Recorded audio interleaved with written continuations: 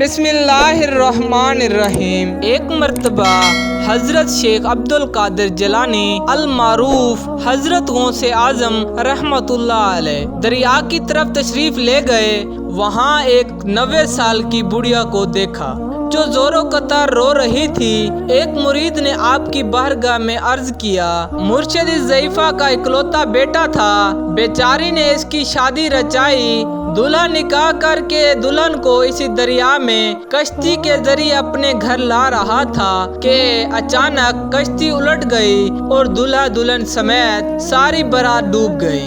اس واقعے کو آج 12 سال گزر چکے ہیں، مگر ماں کا جگر ہے، بیچاری کا غم جاتا نہیں ہے۔ یہ روزانہ یہاں دریا پر آتی ہے اور بارات کو نہ پا کر رو دھو کر چلی جاتی ہے۔ حضور غوث اعظم رحمۃ اللہ علیہ کو اس ضعیفہ پر بہت ترس آیا۔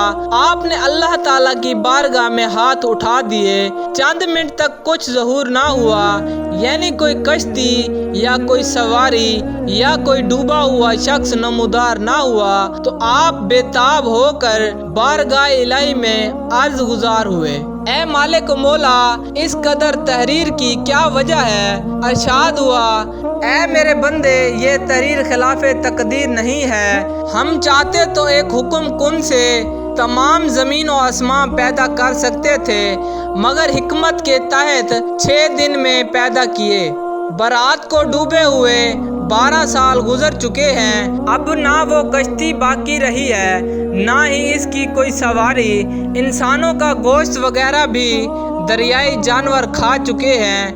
ریزہ ریزہ کو اجزائے جسم میں اکٹھا کروا کر دوبارہ زندگی کے مرحلے میں داخل کر دیا ہے۔ اب ان کی آمد کا وقت ہے۔ ابھی یہ کلام اختتام تک نہ پہنچا تھا کہ وہ کشتی اپنے تمام تر ساز و سامان، دولہا دلہن اور باراتی سطح عام پر نمودار ہو گئے، اور چند ہی لمحوں میں کنارے آ لگی۔ تمام باراتی شیخ عبد القادر جیلانی رحمۃ اللہ علیہ سے دعا لے کر خوشی خوشی اپنے گھر پہنچے۔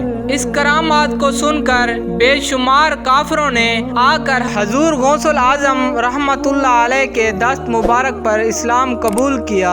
حضرت شیخ عبد القادر جیلانی رحمۃ اللہ علیہ کی یہ کرامات اس قدر تواتر کے ساتھ بیان کی گئی ہے کہ صدیاں گزر جانے کے باوجود برِ صغیر کے گوشے گوشے میں اس کی گونج سنائی دیتی ہے۔ اللہ تعالیٰ کی بارگاہ میں دعا ہے کہ اللہ تعالیٰ غوث پاک کے درجات کو بلند فرمائے اور ہمیں اولیاء کرام کا ادب و احترام کرنے کی توفیق عطا فرمائے اور ان کے نقش و قدم پر چلنے کی توفیق عطا فرمائے۔ آمین یا رب العالمین۔